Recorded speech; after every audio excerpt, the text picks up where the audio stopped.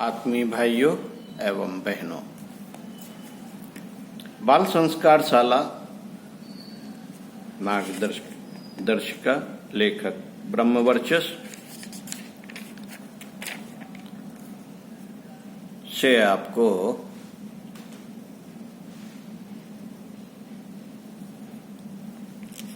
कुछ कहानियां सुनाता हूं। बाल प्रबोधन प्रेरणाप्रद कहानियां भाग 1। विषय भला आदमी।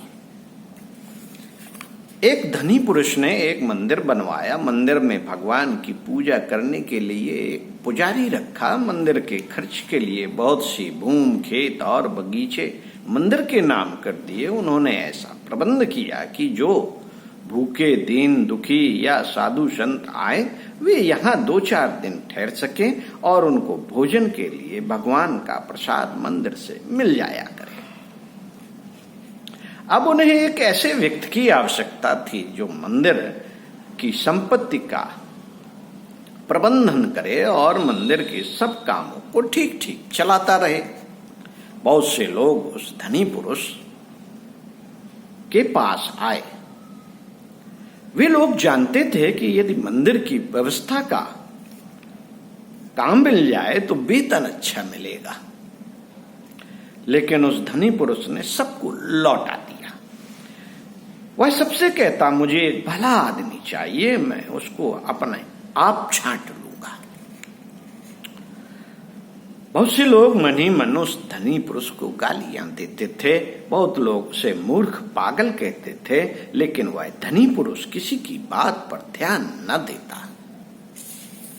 जब मंदिर पट खुलते थे और भगवान के दर्शनों के लिए लोग आते थे, तब वह धनी पुरुष अपने मकान की छत पर बैठकर मंदिर में आने जाने वाले लोगों को देखता रहता था, चुपचाप। एक दिन एक व्यक्ति मंदिर में दर्शन करने आया। उसके कपड़े मैले फटे हुए थे।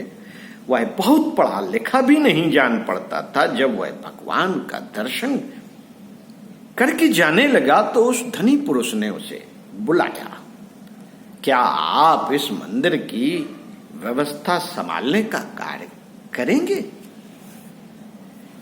व्यक्ति बड़ा आश्चर्यचकित हुआ। उसने कहा, मैं तो बहुत पढ़ा लिखा भी नहीं हूं, मैं इतने बड़े मंदिर का प्रबंधन कैसे करूंगा? धनी पुरुष ने कहा, मुझे बहुत विद्वान नहीं चाहिए, मैं तो एक भले आदमी को मंदिर का प्रबंधक बनाना चाहता हूं। मैं जानता हूं कि आप भले आदमी हैं। मंदिर के रास्ते में एक ईंट का टुकड़ा गड़ा रह गया था और उसका एक कोना ऊपर की ओर निकला था। मैं इधर बहुत दिनों से देख रहा था कि ईंट के टुकड़े की नोक से लोगों को ठोकर लगती थी और लोग गिरते भी थे, लुढ़कते भी थे, लेकिन उठकर चल देते थे। किसी ने उस पत्थर के टुकड़े को उखाड़ने का प्रयत्न नहीं किया। आपको उस टुकड़े से ठोकर नहीं लगी, फिर भी आपने वह पत्थर, नुकीला पत्थर रास्ते में गड़ा हुआ देख लिया और अपने किसी मजदूर से जाके फावड़ा मांगा और उसे उखाड़ा और रास्ते को एक सा कर दिया। उस व्यक्ति ने कहा, अरे ये तो कोई बड़ी बात नहीं, रास्ते में पड़े कांटे, कंकड़ और ठोकर लगने वाले पत्थर, ईंटों को हटा देना तो प्रत्येक मनुष्य का कर्तव्य है। धनी पुरुष ने कहा, अपने कर्तव्य को जानने और पालन करने वाले लोग ही भले आदमी कहलाते हैं। मैं आपको ही मंदिर का प्रबंधक बनाना चाहता हूं। वह व्यक्ति मंदिर का प्रबंधक बन गया और उसे मंदिर का बड़ा सुंदर प्रबंध किया। एक और कहानी, शिवाजी की बुढ़िया को सीख। बात उन दिनों की है जब छत्रपति शिवाजी मुगलों के विरुद्ध छापामार युद्ध लड़ रहे थे। एक दिन रात को वे थके मांदे एक बनवासी बुढ़िया की झोपड़ी में पहुंचे और कुछ खाने के लिए मांगा। बुढ़िया के घर में केवल चावल था, सो उसने प्रेम पूर्वक भात पकाया और उसे ही परोस दिया। शिवाजी बहुत भूखे थे, सो झट से भात खाने की आतुरता में उंगलियां जला बैठे। हाथ की जलन शांत करने के लिए फूकने लगे। यह देखकर बुढ़िया ने उनके चेहरे की ओर गौर से देखा और बोली, सिपाही, तेरी सूरत तो छत्रपति शिवाजी जैसी लगती है और साथ ही यह भी लगता है कि तू उसी की तरह मूर्ख है। शिवाजी स्तब्ध रह गए। उन्होंने बुढ़िया से पूछा, भला शिवाजी की मूर्खता तो बताओ और साथ ही मेरी भी। बुढ़िया ने उत्तर दिया, तूने किनारे किनारे से थोड़ा थोड़ा ठंडा भात खाने की अपेक्षा बीच के सारे भात में हाथ डाल दिया और उंगलियां जला ली। यही मूर्खता शिवाजी करता है। वह दूर किनारों पर बसे छोटे छोटे किलों को आसानी से जीत सकता है और जीतते हुए प्रबल शक्ति बढ़ाने की अपेक्षा बड़े किलों पर धावा मार देता है और हार जाता है। शिवाजी को अपनी रणनीति की विफलता का कारण विदित हो गया। उन्होंने बुढ़िया की सीख मानी और पहले छोटे छोटे लक्ष्य बनाए और उन्हें पूरा करने की रीत नीति अपनाई। इस प्रकार उनकी शक्ति बढ़ी और अंततः वे बड़ी विजय पाने में समर्थ हुए। साथियों, शुभारंभ हमेशा छोटे छोटे संकल्पों से होता है। बच्चा पहले एक कक्षा में जाता है, फिर दूसरी, तीसरी, चौथी, पांचवी, धीरे धीरे कदम बढ़ाता हुआ अपने बड़े संकल्प को पूरा करने का आत्मविश्वास जागृत कर लेता है। आप भी ऐसा कीजिए, छोटे छोटे संकल्पों को बनाइए। एक और कहानी, स्वर्ग के दर्शन। लक्ष्मी नारायण बहुत भोला भाला लड़का था। प्रतिदिन रात में सोने से पहले अपनी दादी से कहानी सुनाने को कहता था। दादी उसे नागलोक, पाताल लोक, गंधर्व लोक, चंद्रलोक, सूर्यलोक आदि की कहानियां सुनाया करती थी। एक दिन दादी ने उसे स्वर्ग का वर्णन सुनाया। स्वर्ग का वर्णन इतना सुंदर था कि उसे सुनकर लक्ष्मी नारायण स्वर्ग देखने के लिए हट करने लगा, जैसे बच्चे खिलौनों के लिए हट करने लगते हैं।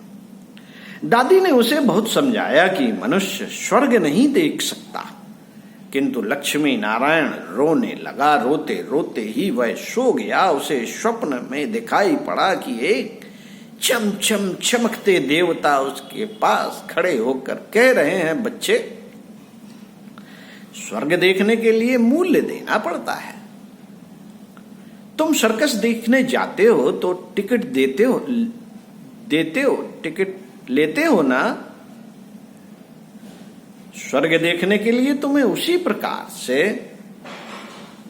रुपए देने पड़ेंगे।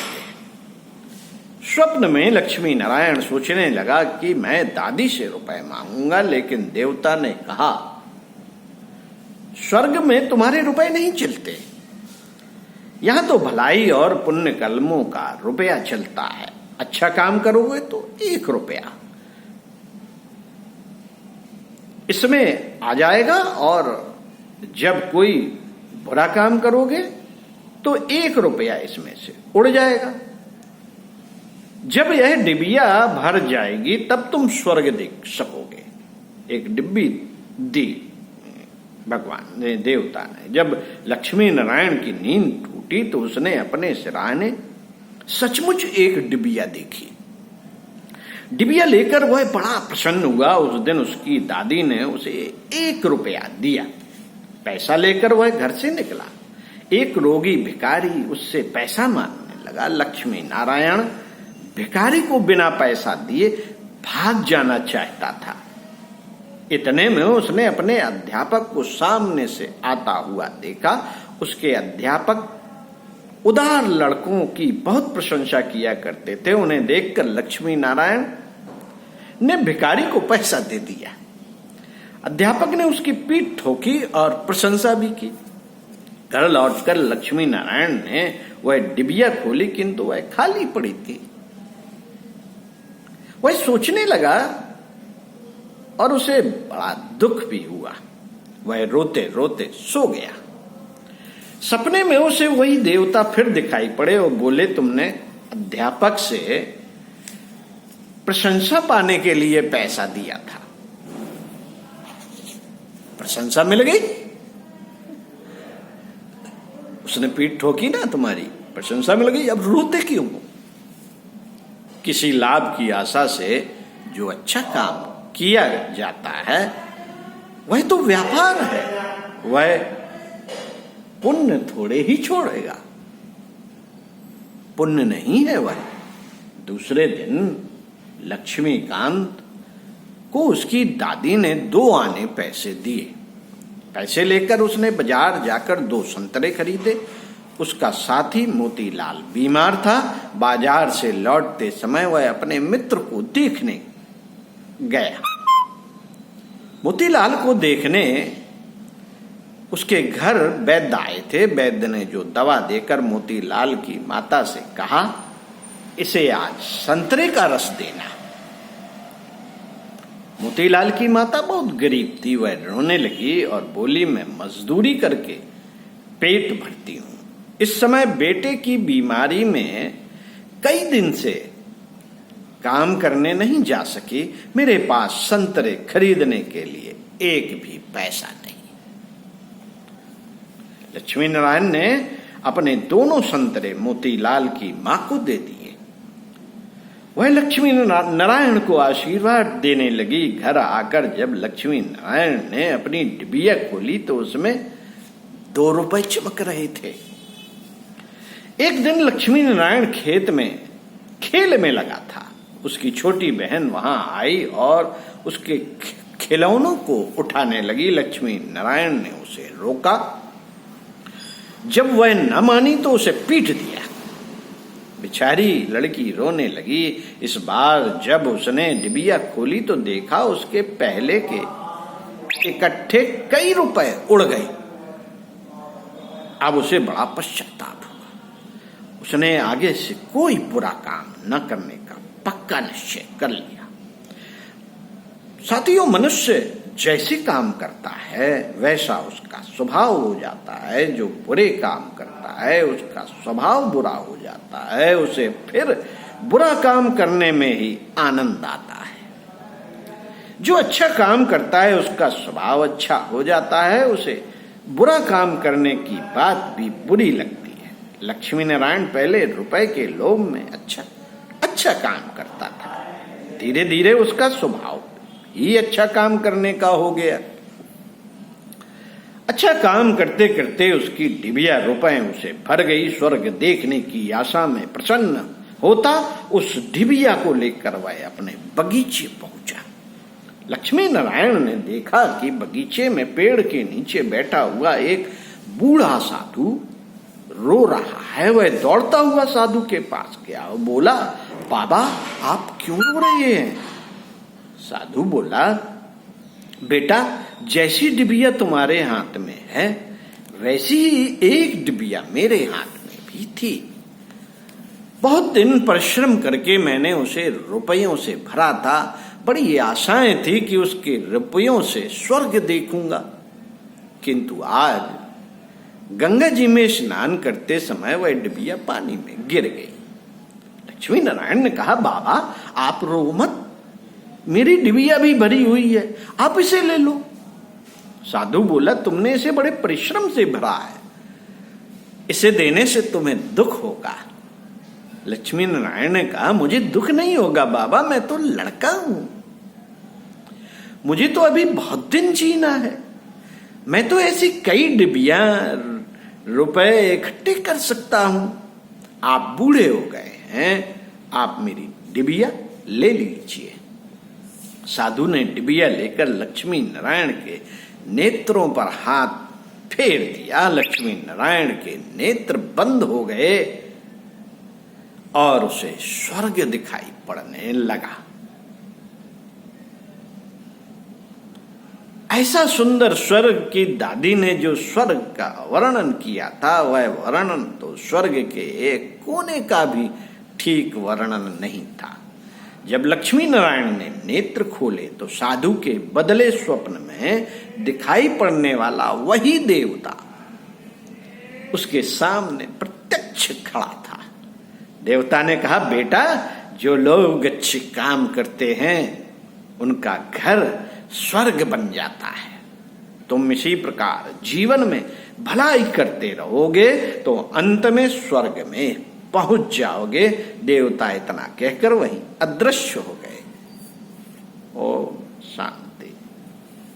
इस कहानियों से आपको क्या शिक्षा मिली, अपनी डायरी में नोट कीजिए और हो सके तो हमें भी बताइए। धन्यवाद। ओम शांति।